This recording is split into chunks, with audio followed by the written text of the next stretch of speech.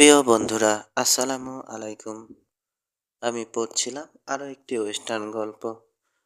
নাম শেয়ানে শেয়ানে। এখন শুরু করছি পঞ্চম অংশ। শুধু শুধুই ভয় পাচ্ছ, ক্লিপ? আমি এখানে ভালোই থাকবো। মিস্টার বডম্যান হয়তো দুশ্চিন্তা করবে, ম্যাম। তোমার ফিরতে দেরি হলে বাবা আরও বেশি দুশ্চিন্তা করবে। হুইস্কির গ্লাসে শেষ চুমুক দিয়ে বেরিয়ে গেল কূপ। পিছু পিছু পোর্চ পর্যন্ত এলো মেলিসা। বাগিটার অভাব দিগান্তে মিলিয়ে যাওয়া পর্যন্ত দাঁড়িয়ে থাকলো। তারপর দোতলায় উঠে এলো। উপরে শুধু একটা কামরায় বাতি জ্বলছে। টেনিসনের বেডরুম। বিছানার উপর বসে সিগারেট ফুঁকছিল সে। দরজায় এসে দাঁড়ালো মেলিসা। ভেতরে ভেতরে প্রচণ্ড ভয়ে বেসামাল অবস্থা। প্রাণপণ চেষ্টায় নিজেকে স্বাভাবিক রাখার প্রয়াস পাচ্ছে। এসো লিসা। শ্যান কোথায়? তোমার কথা মতো ক্লিপকে চলে যেতে বলেছি। ঘুমোচ্ছে ও? তোমার সাথে কথা বলার আগে ওকে দেখব আমি, একগুঁয়ে স্বরে দাবি করলো মেলিসা। তোমার সাথে কথা বলার আগে ওকে দেখব আমি, একগুঁয়ে স্বরে দাবি করলো মেলিসা। অযথাই ভয় পাচ্ছ, এসো বলে এগোলো টেনিসন। পিছু নিল মেলিসা। দুটো কামরা পেরিয়ে আরেকটায় ঢুকলো সে। লণ্ঠন জ্বালালো। এটাও একটা বেডরুম, তবে ফাঁকা। শ্যান কোথায়? পাশের রুমে। জানালা দিয়ে দেখো। ছুটে গেল ও। লণ্ঠনের ম্যান আলোয় পাশের কামরায় ঘুমন্ত শ্যানকে দেখতে পেল। দৃষ্টি তীক্ষ্ণ হলো ওর। শয়তানটা ওকে। শ্যানের ছোট্ট বুক আর পেট নিয়মিতভাবে ওঠানামা করছে দেখে অজান্তে স্বস্তির নিঃশ্বাস ফেলল। শ্যানের কাছে যাব আমি, ঘুরে বলল মেলিসা। কাল সকালের আগে নয়। আসলে কি চাও তুমি? সকালে ও এ নিয়ে আলাপ করব আমরা, ঠিক আছে? ক্লান্ত হয়ে আছো? সন্ধ্যায় অনেক নেচেছ, বিশেষ করে ম্যাক লয়ারিদের সাথে। প্রত্যাখ্যানের শোধ তুলছ? তোমার কামরাটা দেখিয়ে দিই, ঘুমো।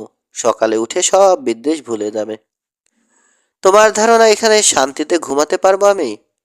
জেলে শেষ সুরে জানতে চাইল মেলিসা। উত্তর দিল না টেনিসন। দরজার দিকে এগোচ্ছে। অজ্ঞাতা পিছু নিল মেলিসা। দরজার কাছে এসে সরে গিয়ে ওকে বেরোনোর সুযোগ দিল সে। ফের কামরায় ঢুকে বাতি নিভিয়ে দিল। তারপর পাশের কামরায় এলো ওরা। বাতি জ্বালাতে মেলিসা দেখল আগেরগুলোর চাইতে অনেক বেশি আরামদায়ক এবং বিলাসবহুল এটা। ড্রিঙ্ক দেব তোমাকে? টেনশন কাটবে। দরজা ভিড়িয়ে দিল সে। কিন্তু না বলে বিছানার কিনারায় বসলো মেলিসা। ভয় পাচ্ছে। টেনিসন আসলে কি চাইছে? কাপা হাতে হুইস্কির গ্লাস নিল। খানিকটা দ্বিধার পর চুমুক দিল। অভ্যাস নেই বলে জ্বালা ধরে গেল বুকে। অজান্তে দাঁত মুখ কুঁচকে উঠল। একটু হালকা লাগলো নিজেকে। হুইস্কি যেমন সইছে না, একা থাকাও সইছে না তোমার, লিসা। হেসে মন্তব্য করলো টেনিসন। চমকে উঠল মেলিসা। কি বলতে চাইছো? অনিন্দ সুন্দর একটা মেয়ে লিসা। তুমি অনিন্দ সুন্দর একটা মেয়ে লিসা। তোমার দরকার একজন বলিষ্ঠ পুরুষের সঙ্গ। তা দিতে পারি আমি, পারি না? তুমি জানো আজ তোমাকে কত সুন্দর লাগছে? উঠে দাঁড়ালো মেলিসা। বেরিয়ে যাও প্লিজ, নইলে চেঁচাবো আমি। কিছু বুঝে ওঠার আগেই দু হাতে ওকে বেষ্টন করলো টেনিসন। এই মেয়ে, আমাকে তোমার দরকার। তুমি স্বীকার না করলেও নিশ্চিত জানি আমি। ম্যাক কার্থিদের বাড়িতে সন্দেহেই তা বুঝেছি। তুমি এখন না চাইলেও মানব না আমি। তুমি আমাকে পাগল করে তুলেছ লিসা। দ্রুত মেলিসার পেলব ঠোঁটজোড়া দখল করলো সে। থরথর করে কেঁপে উঠল মেলিসার শরীর। দুহাত টেনিসনের বুকে ঠেকিয়ে বাধা দিতে চাইছিল। খানিক পরে শিথিল হয়ে এলো সেগুলো। তারপর মৃণাল বাহু দিয়ে টেনিসনের গলা জড়িয়ে ধরল, নিজেকে আরো এগিয়ে দিল লোকটার আলিঙ্গনের মধ্যে। 6। থমকে দাঁড়িয়েছে জেমস মর্গান। সিঁড়ির ধাপে একটা পা তুলে দিয়েছিল, ধীরে ধীরে নামিয়ে আনলো। ঠায় দাঁড়িয়ে থেকে পরিস্থিতি বোঝার প্রয়াস পেল। উপরে কোনো সাড়া নেই, সম্ভবত ওর উপস্থিতি টের পেয়ে গেছে লোকগুলো। অপেক্ষায় আছে কখন উপরে উঠে যাবে মর্গান। হয়তো আরো কয়েক মিনিট অপেক্ষা করবে, তারপর অধৈর্য হয়ে নেমে আসবে। বাইরের লোকগুলো বোধহয় ব্যাকআপ টিমের সদস্য। মর্গান আস্তাবল ছেড়ে বেরিয়ে গেলে হামলা করবে। দ্রুত পেছনের কামরায় চলে এলো ও। আলাদা আলাদা স্টলে 3টে ঘোড়া বিশ্রাম নিচ্ছে। ওর সারা পেয়ে নড়ে চড়ে সশব্দে নিঃশ্বাস ছাড়ল শরীরটা। এক পাশে দেয়ালের সাথে ঝোলানো স্যাডল নামিয়ে সাজ পরালো মর্গান। তারপর স্যাডলে চেপে মৃদু স্পার্ট দাবালো। বোধহয় পরিস্থিতির গুরুত্ব আর ওর প্রয়োজন আজ করতে পেরেছে ঘোড়াটা। প্রায় নিঃশব্দে সামনের কামরায় এসে দাঁড়ালো। নিজের যৌবন শক্তির উপর মর্গানের আস্থা 16 আনা। মিনিট তিনেকের মধ্যে বাইরের লোকগুলোর অবস্থান সম্পর্কে পরিষ্কার ধারণা পেয়ে গেল। অধৈর্য হয়ে পড়েছে ওরা, নড়াচড়া করছে খুব। মর্গান দোতলায় উঠে গেলে অনেক আগেই গোলাগুলি শুরু হয়ে যাওয়ার কথা, আর এ ফাঁকে নিজেরা ভেতরে ঢুকে পড়বে। পরিকল্পনা মাফিক সবকিছু এগোচ্ছে না বলে হয়তো কিছুটা চিন্তিত। ওদের ধাত ভালো করেই জানে মর্গান। ঝুঁকি নিয়ে সামনাসামনি বা একা কিছু করার ইচ্ছে নেই, তাই দল ভারী করে ওকে ধরাশায়ী করতে এসেছে। একজনের বিপক্ষে 6 জন সহজ সমীকরণ। তবে ওরা জানে না ক্ষেপে গেলে কতটা ভয়ঙ্কর হয়ে উঠতে পারে জেমস মর্গান। জানে না সে অসাধারণ এক মানুষ, অন্তত যতক্ষণ ওর পিস্তলে বুলেট থাকবে। মর্গান ভেবেছিল স্যাডলে চেপে আস্তবল থেকে বেরোনোর চেষ্টা করবে, কিন্তু পরিস্থিতির গুরুত্ব ভেবে চিন্তাটা বাতিল করে দিল। একটা পরিকল্পনা এসেছে মাথায়। স্যাডল ছেড়ে ঘোড়ার সামনে চলে এলো।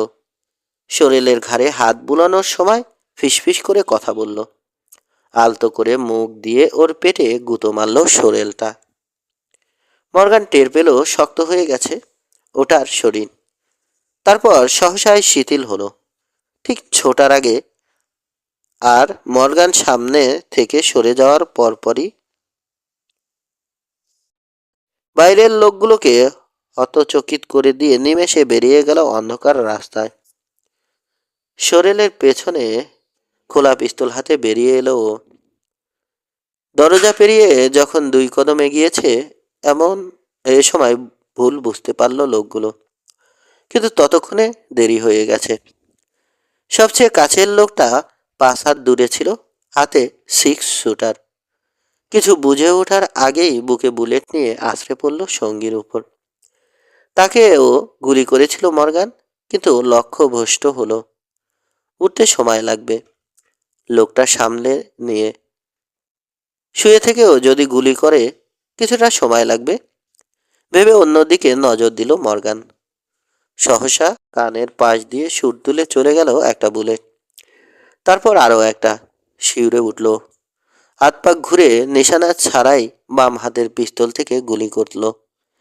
ইচ্ছে লোকটাকে ব্যস্ত রাখা। পাশে সরে গেল 1 পা। 20 হাত দূরে দেখতে পেল বিশাল দেহিকে। সমানে কমলা আগুন ওগড়াচ্ছে তার পিস্তল। নিশানা করার কোনো বালাই নেই। ওকে মুখোমুখি হতে দেখে আতঙ্কিত হয়ে পড়েছে। একই সঙ্গে 2টো পিস্তল থেকে গুলি করল মর্গান। পাশাপাশি 2টো গর্ত সৃষ্টি হলো কপালে। ধুলি ধূসর রাস্তায় মুখ থুবড়ে পড়ল লোকটা। এবার ডান দিকে নজর দিল ও। নিথর পড়ে আছে দুজনেই। দ্বিতীয় লোকটা আহত হয়েছে, বুক চেপে ধরে ককাচ্ছে। খোলা পিস্তল হাতে রাস্তা ধরে ছুটল মর্গান। দুপাশে তীক্ষ্ণ নজর চালালো। একেবারে ফাঁকা রাস্তা। গলির মুখে দাঁড়িয়ে থাকা ঘোড়ার কাছে চলে এলো। শরীরের লাগাম ধরে হেঁটে সরে এলো জায়গাটা থেকে। ঘুটঘুটে অন্ধকারের মধ্যে মিশে গেল। বিশ্রামের ফাঁকে পিস্তল রিলোড করলো। তারপর হোলস্টারে ফেরত পাঠালো বাম হাতের কোল্ট। কয়েকটা বাড়ির জানালা খোলা শব্দ পেল মর্গান। আলোর ক্ষীণধারা এসে পড়ল ধূলি ধূসর রাস্তায়। ডান দিকে দোতলার জানালায় কৌতূহলী একটা মুখ দেখা গেল। রাস্তায় চোখ বুলালো মাঝবয়সী লোকটা। কিছু বুঝতে না পেরে শেষে জানালা আটকে দিল। একটু পর লণ্ঠন হাতে আস্তবলের দরজায় এসে দাঁড়ালো বুড়ো হসলার। লাশগুলো দেখল। বিড়বিড় করে অদৃশ্য কাউকে গাল দেওয়ার পর ভেতরে চলে গেল। মর্গানের মনে পড়ল বুড়োর পাওনা মেটানো হয়নি। ঘোড়াটা না দেখে হসলার হয়তো ভাববে পালিয়েছ। কয়েকটা গালও জুটতে পারে কপালে, সেই সাথে বিষ তৃষা। তবে সুযোগ পেলে সকালে ফিরে এসে দেনা শোধ করবে, ভাবল ও। উপরের লোকগুলো নামছে না, ধৈর্য ধরে অপেক্ষা করছে। সঙ্গীদের সাড়া না পাওয়ায় ধরে নিয়েছে কাজ হয়নি। শিকার ধরতে এসে নিজেরাই আটকা পড়েছে এখন। ইচ্ছে করলে ওদেরকে আরো কিছুক্ষণ আটকে রাখতে পারে মর্গান। অন্তত মিনিট 20 আগে উকিও মারবে না কেউ। আস্তাবলের পেছন দিক দিয়ে পালাতে চেষ্টা করবে ওরা, সেটাই স্বাভাবিক। ওখানে গিয়ে লোকগুলোর উপর চড়াও হতে পারে, কিন্তু বাদ দিয়ে দিল সে চিন্তা। অযথা ঝুঁকি নিয়ে লাভ নেই।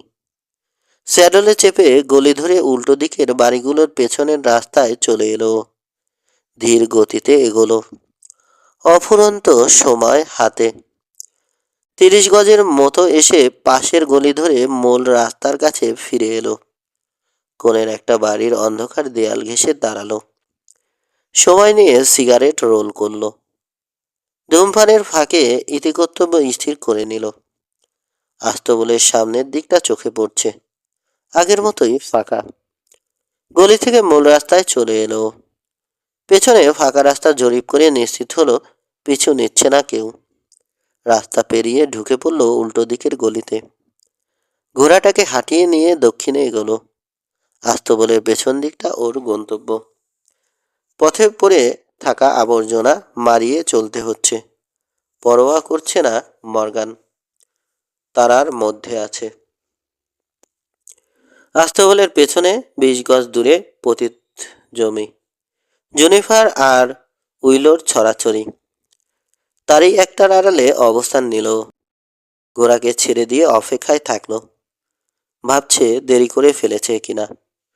স্বস্তির সাথে লক্ষ্য করলো আগের মতোই দেয়ালের কিনারায় ঝুলছে স্যাডল ব্যাগটা।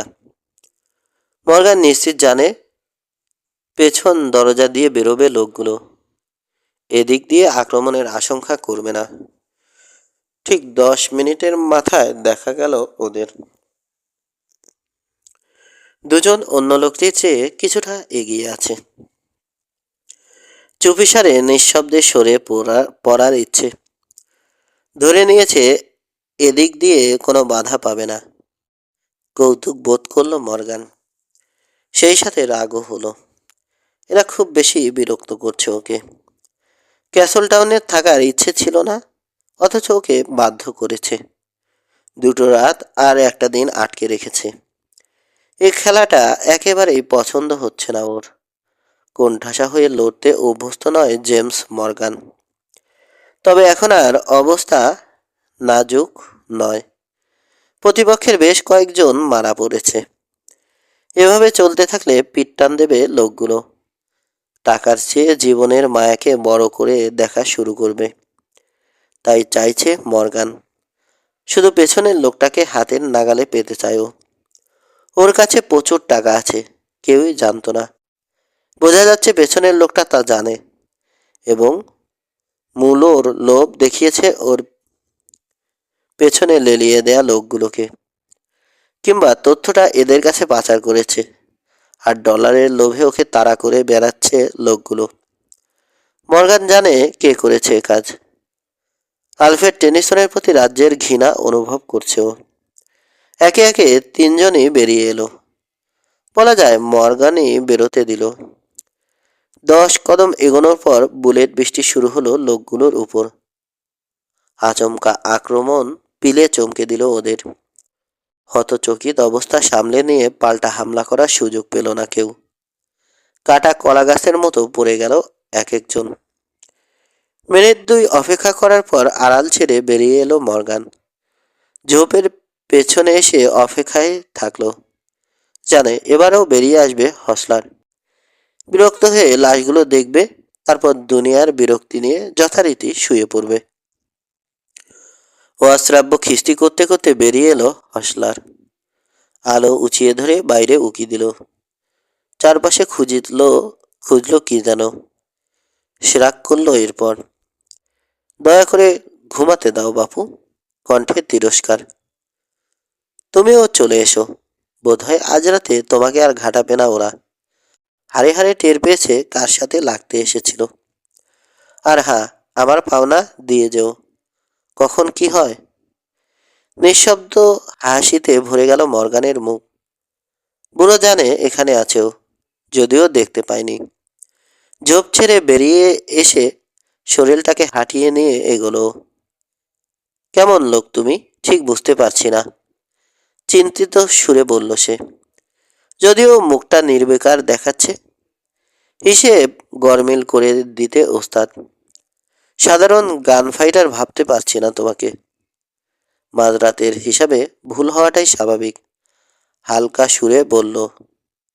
ওদের মতো ভুলে যাও, নিঃশংস। কোনো সুযোগই পায়নি ওরা। তীক্ষ্ণ দৃষ্টিতে লোকটাকে দেখল মর্গান। একজনের বিরুদ্ধে 6 জন, তাও সামনে পেছনে দুটো দলে এসেছিল ওরা। এটা কি ফেয়ার? ভুল বুঝেছ, ওরা কিছু করার সুযোগ পায়নি, তাই বোঝাতে চেয়েছি। খেলাটা ওরাই শুরু করেছিল এবং অনেকগুলো ভুল করেছে এবং উচিত সাজা পেয়েছে। ওরা কারা চেনো নাকি? থমকে গেল বুড়ো। চোখ ছোট করে দেখলো ওকে। নিশ্চয় ভাবছো ওরা টেনিসনের লোক। না হে, সেফ ধান্দাবাজেরা। ক্যাকটাস হিলের ওপাশের হাইড আউটের বাসিন্দা এবং সম্ভবত গরু চোর। শুনেছি এখানকার গরু চুরির ব্যাপারে টেনিসনের সম্পর্ক খোঁজে কেউ কেউ। হতে পারে, নিষ্পৃহ সুরে মন্তব্য করল বুড়ো। আবার ম্যাক লয়ারিরাও জড়িত থাকতে পারে। টেনিসনের চেয়ে ওদের স্টক অনেক ছোট, তাতে কিছুই প্রমাণিত হয় না। দেখো মর্গান, আমি কিন্তু কোনো জুরি নই। কে কি করলো তাতে কিছুই আসে যায় না আমার। কারো কৃতকর্মের বৈধতা বিচার করার দায়িত্ব আমার নয়। আমার একটা কাজ করে দাও, সহাস্যে প্রস্তাব দিল মর্গান। পকেট হাতড়ে $10 একটা নোট বের করে এগিয়ে দিল। কয়েকদিনের খাবার কিনে রাখতে পারবে? সকালে এসে নিয়ে যাব। এখানে দরজার পাশে রেখো। আমাকে বিশ্বাস করছো কেন? বেইমানি করতে পারি আমি। তোমার জন্য অভ্যর্থনা পার্টির ব্যবস্থা করতে পারি। হাসলো মর্গান। বুড়োর রসিকতায় কৌতুক বোধ করছে।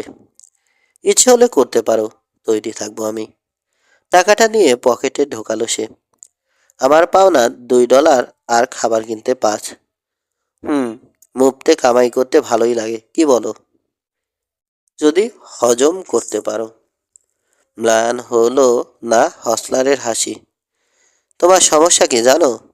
সব কিছুর মধ্যে শুধু সন্দেহ করো। কাউকে বিশ্বাস করো? করি, একমাত্র নিজেকে। ঠিক আছে, পেয়ে যাবে তোমার জিনিস, তবে এর চেয়ে বেশি কিছু চেয়েও না। এমনিতে ঝামেলার অন্ত নেই আমার। নট করে ভিতরে ঢুকে পড়ল সে। সিগারেট রোল করতে শুরু করলো মর্গান। ভাবছে রাতটা বাইরে কাটিয়ে দেবে। আসতে বলেছে খোলা ফেরি অনেক নিরাপদ। পরের বার ওর ভাগ্য এতটা সুপ্রসন্ন নাও হতে পারে। অবশ্য আরেকটি উদ্দেশ্যও আছে। শত্রুপক্ষের উপর নজর রাখতে চায় এবং সুযোগ পেলে জাল ছিঁড়ে বেরিয়ে যাবে। সময় নিয়ে সিগারেট শেষ করলো, তারপর পেছন দরজা দিয়ে আস্তাবল থেকে বেরিয়ে এলো। খোলা জায়গায় দাঁড়িয়ে আছে ওর ঘোড়া। ওটাকে হাঁটিয়ে নিয়ে কিছু দূরে উঁচু ঢিবির মতো একটা জায়গায় চলে এলো। বেশ কিছু ঝোপ রয়েছে। সেখানে এসে ফিল্ড গ্লাস বের করে খুঁটিয়ে দেখলো পুরো এলাকা। এখনো পশ্চিমের টেইলে রয়েছে দুজন। বাজি ধরে বলতে পারবে উল্টো দিকেও কয়েকজন আছে। কোন দিকটা দুর্বল মনে মনে ভাবলো, কিন্তু সিদ্ধান্তে পৌঁছতে পারল না। আপাতত কিছুই করার নেই।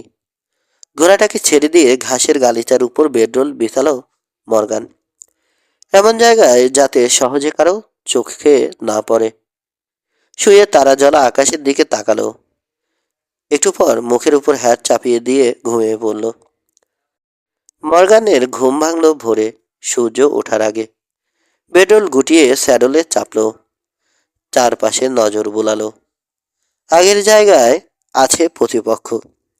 সম্ভবত লোক বদল হয়েছে। খানিক পর ঘুরে শহরের ভেতর চলে এলো। বেশিরভাগ দোকানই বন্ধ। তবে পাই প্যালেস খোলা পেয়ে খুশি হলো। আরে মিস্টার মর্গান যে, এত সকালে?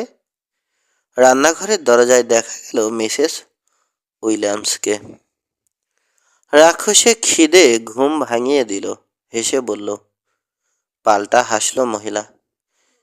একটু অপেক্ষা করতে হবে, এখনো তৈরি হয়নি। এখনো তৈরি হয়নি। নট করে একটা টেবিলে বসলো ও। মহিলা ভেতরে চলে যেতে বাইরে তাকালো। উল্টো দিকের জেনারেল স্টোরের ঝাঁপ তুলছে দোকানি। ফাঁকা রাস্তা। দূরে সমিলের সামনে দুটো মুরগিকে দেখে দাবরানি দিল ঘুম কাতুরে একটা নেড়ি কুকুর।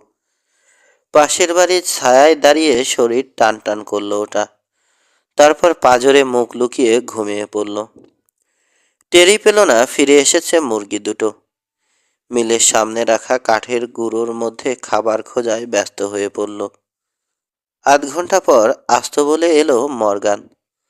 কথা মতো দরজার একপাশে খাবারের পোটলা রেখেছে হসলার। ওটা নিয়ে এসে ফের স্যাডলে চাপলো। শহর থেকে বেরিয়ে পূব দিকে ঘোড়া ছোটালো। টেইলের ধারে কাছেও গেল না। বিরান প্রান্তর দিয়ে এগিয়ে চলল উঁচু নিচু পথ। মাঝে মধ্যে শুকনো ড্রর আকারে নিচু হয়ে আগে আছে। দূরের অনুসন্ধানী চোখ এড়িয়ে যেতে নিচু জমি ধরে এগোলো। মুখের উপর সূর্যের আলো এসে পড়েছে। ক্রমশ তেতে উঠছে রোদ। মাইলখানেক পরে ক্ষীণ ধারার একটা ক্রিকের কাছে পৌঁছলো। ওটা পেরিয়ে মাইল 10 রুক্ষ জমি পাড়ি দেওয়ার পর ফ্ল্যাগবির সীমানা শুরু হলো। উঁচু ঘাস ঠেলে এগোচ্ছে ঘোড়াটা। দুপুর পর্যন্ত এদিক ওদিক ঘোরাঘুরি করে কাটালো মর্গান। খেয়াল করলো বিশাল এলাকা নিয়ে গড়ে উঠেছে বাথানটা। তবে তুলনায় স্টকটা ছোট। আরো কয়েক হাজার গরু নির্বিঘ্নে চড়তে পারবে এখানকার তৃণভূমিতে। একটা ঝর্ণার কাছে লাঞ্চ সেরে ফ্ল্যাগবি রাঞ্চ হাউসের দিকে ঘোড়া ছোটালো মর্গান। নিজের মধ্যে উত্তেজনা অনুভব করে অবাক হলো। এর কারণ কি মেলিসা বডম্যান? নিজেকে তিরস্কার করলো। এ মেয়ে তার ধরা ছোঁয়ার বাইরে। দূর থেকে খালি মনে হলেও মর্গান যখন কাছে এলো দেখলো বারান্দায় বেরিয়ে এসেছে মেলিসা বডম্যান। নীল চোখে বিস্ময়। আরে তুমি দেখছি এখনো যাওনি। কফি খেতে এলাম, হেসে বলল মর্গান। এসো। স্যাডল ছেড়ে গায়ের ধুলো ছাড়লো।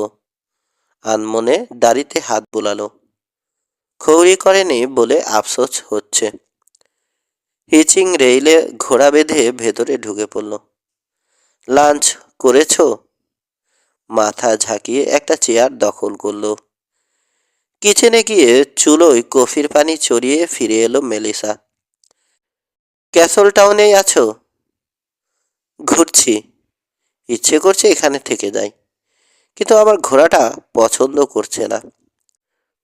ঘোড়ার পছন্দের দাম দেয় কজন? পাল্টা হালকা সুরে বলল মেলিসা। বরং ওরাই মালিকের ইচ্ছে মতো চলে।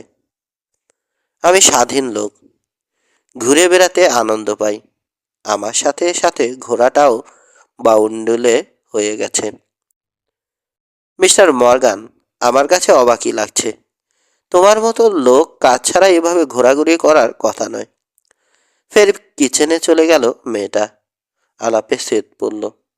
দুটো মগে কফি নিয়ে ফিরে এলো একটু পর। আমার স্যাডেল ব্যাগে কিছু টাকা আছে। কিছু লোক সেগুলো ছিনিয়ে নিতে চাইছে। চারপাশ থেকে আমার বেরোনোর পথ আটকে রেখেছে ওরা। এজন্যই যেতে পারছি না। নিজের টাকার কথা সবাইকে বলে বেড়াও নাকি? না বললেও কেউ কেউ ঠিকই জেনে যায়। বিস্মিত দেখালো মেলিসাকে। আড়ষ্ট হয়ে গেছে কাঁধ দুটো। মর্গানের মুখে স্থির হলো দৃষ্টি। কি যেন বোঝার চেষ্টা করলো। মর্গানের মনের ভাবনা ঠিকই পড়তে পারল মেলিসা, কিন্তু বিশ্বাস করতে পারল না ও। দীর্ঘ একটা নিঃশ্বাস নিয়ে সামলে নিল। গম্ভীর হয়ে গেল মুখ। নিশ্চিত জানো তোমার টাকা ছিনিয়ে নিতে চাইছে টেনিসন? দুঃখিত ম্যাম, ঠিক তা বোঝাতে চাইনি আমি। না, টাকার ব্যাপারে আগ্রহ নেই ওর, কিন্তু আমার চামড়ার পেছনে লেগেছে ঠিকই। লোকের পেছনে খবর, লোকের গোপন খবর পেতে সে ওস্তাদ। ও তো কাল সন্ধ্যা থেকে অনেক রাত পর্যন্ত ম্যাক কার্থিদের বাথানে ছিল, তারপর নিজের বাথানে গেছে। এ সময় নিজে কিছু করছে না টেনিসন। ওর ভাড়া করা লোক হন্য হয়ে খুঁজছে আমাকে। ঝামেলাটা বোধহয় আমার কারণেই হলো। বিষণ্ণ দেখালো মেলিসাকে। আমি দুঃখিত মিস্টার মর্গান। নিজের নয় এমন একটা ঝামেলায় জড়িয়ে গেছো তুমি। ওহো, আমি নিজেই জড়িয়েছি। অযথাই নিজেকে দোষী ভাবছো তুমি ম্যাম। কফিতে চুমুক দিল মেলিসা। ঠিক কি ঘটেছে বলবে? জানালো মর্গান। কিন্তু ওটা তো আমার এলাকা। ফ্রি রেঞ্জ বলে সবাই ব্যবহার করতে পারে, অথচ জায়গাটাকে সার্কেল এম এর বলে দাবি করেছে লোকগুলো। এর মানে কি? ওরা ম্যাক লয়ারিদের লোক? কাউকেই পাঞ্চারের মতো মনে হয়নি আমার। খুব সম্ভব আউটল। কিন্তু তোমার উপর এভাবে হামলা করবে কেন? তোমাকে কিছু একটা বলে বুঝ দিতে হবে, এজন্যে নিজেদেরকে সার্কেল এম এর ক্রু বলে দাবি করবে। এটা মানতে পারছি না আমি। বোধহয় পরিকল্পনা মাফিক করেছে কাজটা। হতে পারে। হেসে সিগারেট ধরালো মর্গান। নিরীক্ষ করছে মেলিসাকে। চিন্তিত দেখাচ্ছে মেয়েটাকে। টেনিসন সম্পর্কে আমাকে জানাবে ম্যাম? বোধহয় তুমি ওর সম্পর্কে সবচেয়ে বেশি জানো। মুহূর্তের জন্য থমকে গেল মেলিসা। তেমন কিছু নয়, ক্ষীণ হেসে শেষে বলল। টেনেসিতে নিজের বাথান বেছে দিয়ে এখানে এসেছে। এত বড় স্টক নিয়ে এলো, এমন এক জমিতে বাথান করলো যেখানে ঘাস বলতে কিছু নেই। একটু অস্বাভাবিক না? বোধহয় না। ফ্রি রেঞ্জের সুবিধা পাবে জেনেই এসেছে সে। কাঁটাতারের বেড়ার প্রচলন হলে বিপদে পড়বেও। বিকল্প একটা ব্যবস্থা করতে হবে, নয়তো। বিকল্প ব্যবস্থা কি সার্কেল এম দখল? সে রাগ করল মেলিসা। হতে পারে, তবে টেনিসনই ভালো জানে সেটা। তোমার সাথে ওর ঝামেলা বাঁধল কি নিয়ে? লস পোল পাইনের ওই অংশটুকু চায় সে। অবশ্য ন্যায্য দামেই কিনতে চেয়েছে। আমি ওকে বলেছি শিগগিরই আমার সীমানায় কাঁটাতারের বেড়া দেব। অন্যরাও যদি একই কাজ করে তো বিপদে পড়তে হবে ওকে।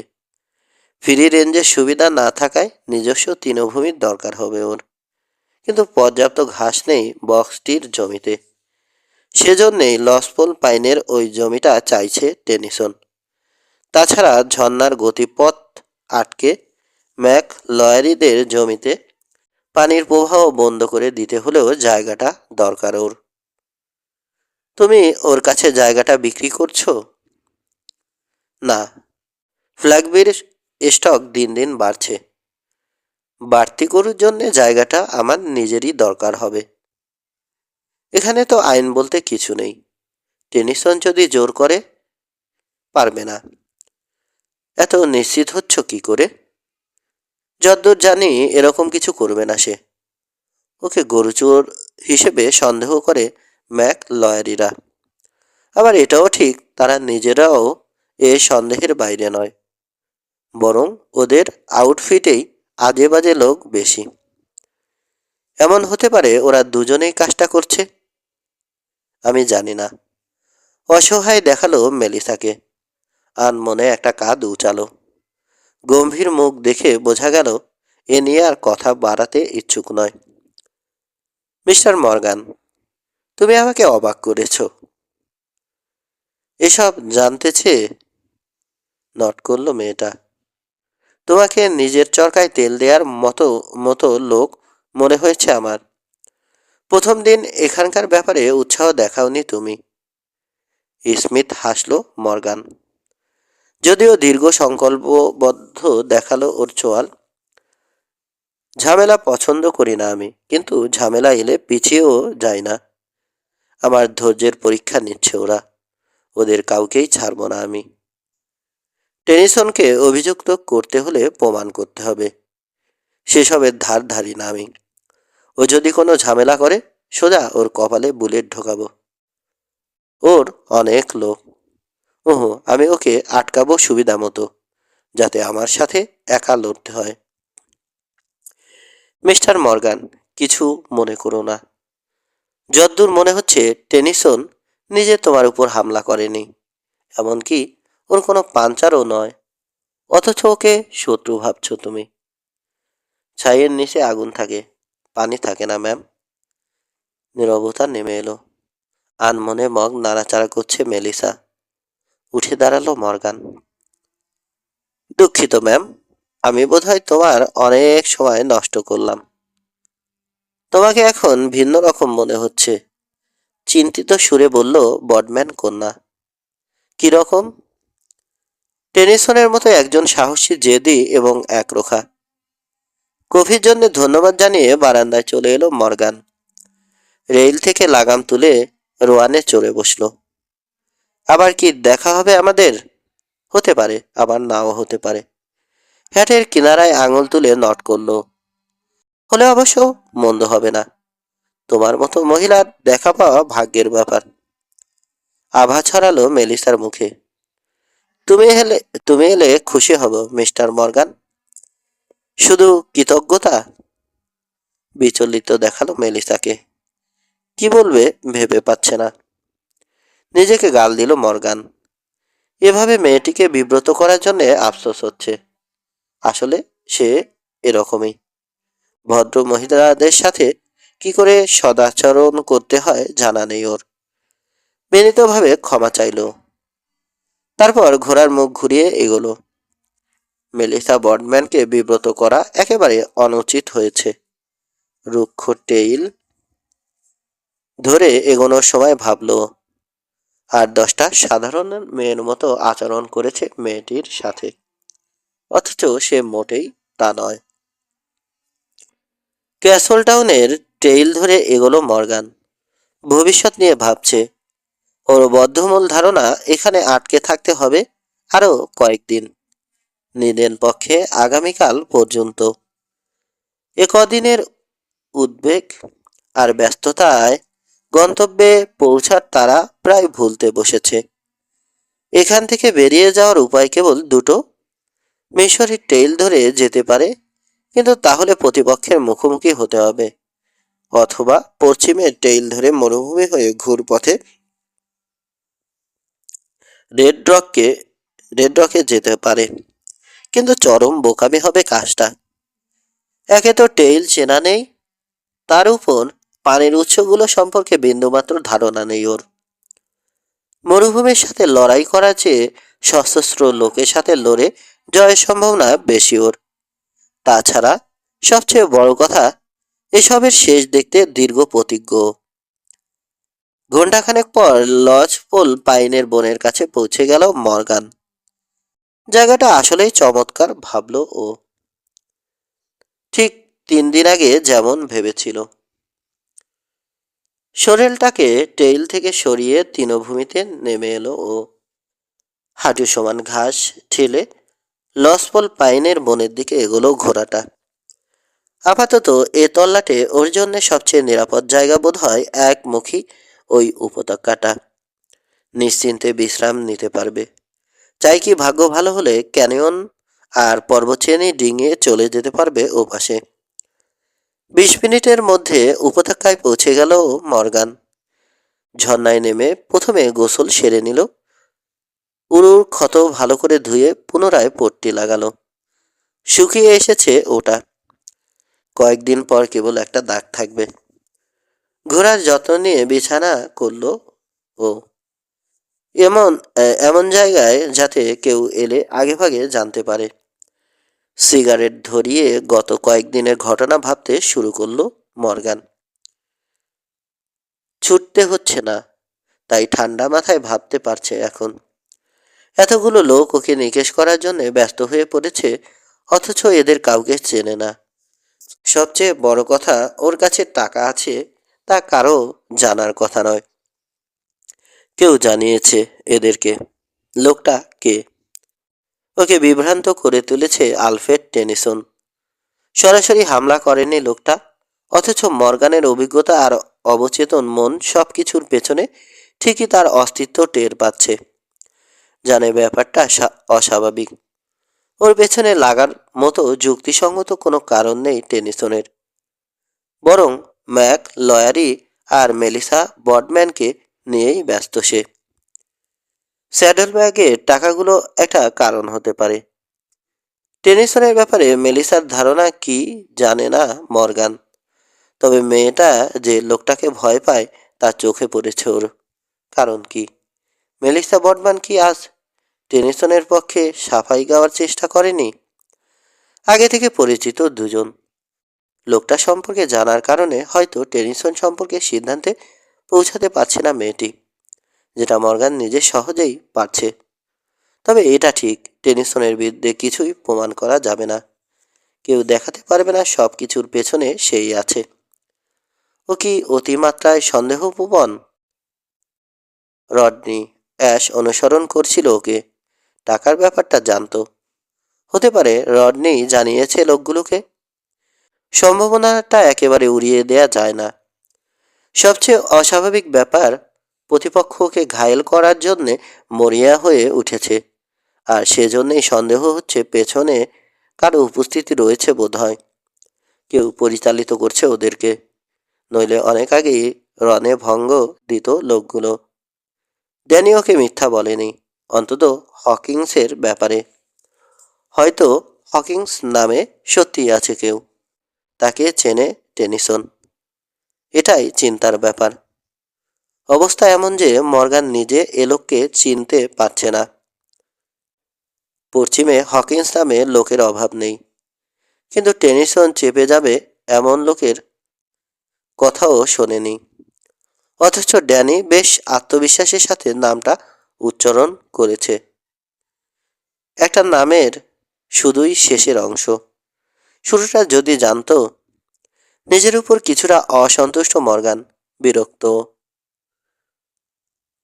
হকিন্স নামটার একটা তাৎপর্য আছে, ওর অবচেতন মন বলছে। অথচ তা ধরতে পারছে না।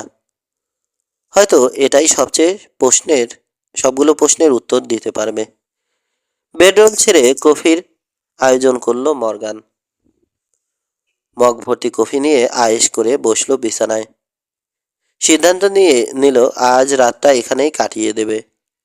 হন্যে হয়ে ওকে খুঁজতে শুরু করবে প্রতিপক্ষ। ছড়িয়ে পড়বে ওরা, আর তাতে ভাগ হয়ে পড়বে দলটা। অধৈর্য হলে তো কথাই নেই। ঠিক এটাই চাইছে মর্গান। এ সুযোগে আসল কাজ সারবে এবং ঝামেলাটা শেষ করে তবেই এখান থেকে যাবে। মিশরে যাওয়ার চেয়ে এটাই গুরুত্বপূর্ণ হয়ে দাঁড়িয়েছে এখন। এবং আলফ্রেড টেনিসনের সাথে আরেকবার মোলাকাত করবে। 7 ভোরে জাগলেও সকাল পর্যন্ত বিছানায় শুয়ে বসে কাটিয়ে দিল মর্গান। হসলারের কিনে দেয়া খাবার আর কফি দিয়ে নাস্তা সেরেছে। সূর্য যখন মাথার উপর সরেলে চেপে উপত্যকা থেকে বেরিয়ে এলো। যা করতে যাচ্ছে তাতে ঝুঁকি আছে, তবে সাফল্যের সম্ভাবনা একেবারে কমও নয়। ওর অন্তত তাই ধারণা। হয়তো ঘুরে বেড়ানোই সার হবে, তবে বসে থাকার চেয়ে ভালো। 3 দিন আগে যে পথে ঝর্ণা দিয়ে নেমে উইলিদের ক্যাম্পে এসেছিল সেটা ধরে এগোলো। ঘোড়াটা ওর এরকম অ্যাডভেঞ্চার পছন্দ করতে পারছে না। ধীর গতিতে এগোচ্ছে, কিছুটা সন্তুষ্ট। পাহাড়ি র্যাটলগুলোকে নিয়ে ওঠার যত ভয়, তবে কোনো অসুবিধে ছাড়াই ঝর্ণার কাছে পৌঁছে গেল। 60 ফুট নিচে ক্যানিয়নের তলা আবছাভাবে চোখে পড়ছে। তলায় কি আছে বোঝার উপায় নেই। হয়তো বহুদিনের জমাট পানি কিংবা নরম মাটি। চোরাবালি থাকাও বিচিত্র নয়। কয়েক জাতের র্যাটলের আড্ডাও থাকতে পারে। তবে পরোয়া করছে না মর্গান। স্টিরাপের উপর ভর দিয়ে শরীর উঁচিয়ে তাকালো। তীক্ষ্ণ দৃষ্টিতে দেখল চারপাশ। এমন কোনো পথ থাকতে পারে যেটা ধরে নেমে যাওয়া সহজ হবে। পথটা ঢালু হলেও শরীরের উপর ভরসা করা যায়। এরকম পথ ধরে বহুবার নেমেছে বা উঠেছে ঘোড়াটা। আসল সমস্যা হবে ক্যানিয়নের তলদেশে নেমে যাওয়ার পর। ওখানকার মাটি নরম হলে বিপদে পড়তে হবে ওকে। ঝোপে পূর্ণ ঢালু পথ ধরে এগোচ্ছে ঘোড়াটা। গ্রানিটের মতো শক্ত পাথুরে মাটি থাকায় সহজে নেমে যেতে পারছে, অন্তত পা হড়কানোর কোনো সুযোগ নেই। মাঝে মাঝে নরম জায়গাও আছে, এড়িয়ে চলছে মর্গান। তবু 60 ফুট জায়গা নামতে প্রচুর সময় লাগলো। নিচে স্যাঁতসেঁতে পরিবেশ, মাটির সোদা গন্ধ আর কিছুটা বদ্ধ বাতাস। মাঝে মধ্যে থমকে দাঁড়িয়ে নিজের অপছন্দের কথা জানাচ্ছে ঘোড়াটা। অবশ্য ওর নিজেরও অস্বস্তি হচ্ছে। আবছা আলোয় মাটির উপর চোখ বুলালো। গোড়ালি সমান পানি জমেছে পাথুরে মাটির উপর। স্পারের মৃদু খোঁচায় এগোলো ঘোড়াটা। খুরের আঘাতে পানি ছিটানো ছিটানোর শব্দ প্রতিধ্বনি তুলছে খাড়া ক্লিফের দেয়ালে। বোল্ডার আর পাথরের চাঙড়ের ফাঁক গলে এগোতে হলো। ভয় হচ্ছে হয়তো বেরোতে পারবে না ক্যানিয়ন থেকে। তেমন হলে একই পথে ফিরে যাওয়া বেশ কঠিনই হবে, কারণ এমনিতেই যথেষ্ট ধকল গেছে শরীরটার উপর দিয়ে। মাথার উপর খোলা আকাশের দিকে তাকালো মর্গান। অনেক উঁচুতে নীল আকাশকে অচেনা মনে হচ্ছে। আলো আধারী পরিবেশে অস্বস্তি বোধ করছে ও। কিছুক্ষণ পর দিক ও সময়জ্ঞান দুটোই হারিয়ে ফেলল। এমনকি কতটুকু এসেছে তাও নিশ্চিত বলতে পারবে না। তবু অনিশ্চিত পদক্ষেপে এগোচ্ছে ঘোড়াটা। ভরসার কথা ক্যানিয়নটা কানা নয়, যদ্দূর জানে মর্গান, এবং এখান থেকে বেরোনোর অনেকগুলো পথ আছে। কতক্ষণ পর বলতে পারবে না। ডান দিকে কিছুটা আলোকিত পথ দেখতে পেয়ে এগুলো টের পেল ঘোড়ার গতি বেড়ে গেছে। পথটার মুখে আসতে বাতাস লাগলো গায়ে। দেখলো সামনে ঢালু পথ বেশ উঁচুতে উঠে গেছে। ঝলমলে আকাশও দেখতে পাচ্ছে। লাগাম ঢিলে করে ইচ্ছে মতো এগোতে দিল শরীরকে। দ্রুত ছুটছে ওটা। 20 মিনিট পর ক্যানিয়নের বাইরে সিডার আর অ্যাসপেনের ঘন বনে এসে পড়ল। গাছের ফাঁক গলে নাক বরাবর এগোলো। আসলে বলা উচিত নিজের ইচ্ছে মতো এগোচ্ছে ঘোড়াটা। এসব ক্ষেত্রে ওর চেয়ে বোবা এ প্রাণীটির সহজাত প্রবৃত্তি অনেক বেশি কাজে দেয়। বন পেরিয়ে টেইল চোখে পড়ল। মর্গান ধারণা করল মিশরে যাওয়ার টেইলের কাছাকাছি চলে এসেছে। কয়েক মাইল পর ক্যাকটাস হিলের শেষ প্রান্তে টেইলটার বাঘ। হয়তো ওখানেই আছে লোকগুলো। পেছন দিক দিয়ে উপস্থিত হয়ে ওদেরকে চমকে দিতে পারবে। টেইল ছেড়ে পাশের উঁচু জমিতে উঠে এলো ও। ডানে একটা ছোট ঝর্ণা দেখতে পেয়েছে। একটা সিডার ছায় স্যাডল ছেড়ে কফির আয়োজন করলো। তারপর